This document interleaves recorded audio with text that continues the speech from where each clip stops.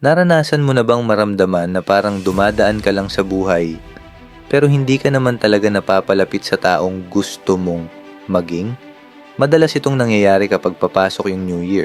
Iniisip mo lahat ng bad habits na iiwan mo na at lahat ng good habits na sisimulan mo.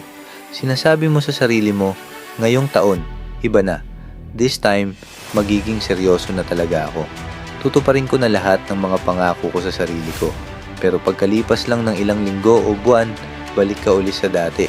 At parang wala ka pa rin naging progreso papunta sa buhay na pinapangarap mo.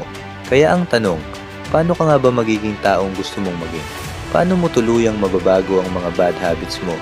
At paano mo gagawing mas madali at halos automatic ang mga good habits na gusto mong mabuo?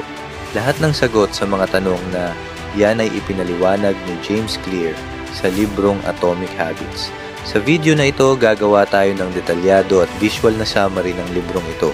Tatalakayin natin ng mas malalim ang mga konsepto tulad ng habit loops, dopamine spikes, priming your environment, at marami pang iba. Kaya siguraduhin mong tapusin ang video dahil sa dulo ay pagsasama-samahin natin ang lahat ng natutunan.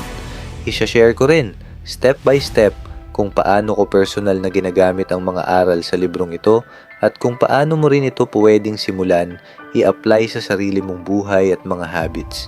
Sana pagkatapos mong mapanood ang summary na ito, ma-inspire kang kumuha ng sarili mong kopya ng Atomic Habits dahil isa itong librong talagang karapat-dapat magkaroon ng permanenteng pwesto sa bookshelf ng bawat isa.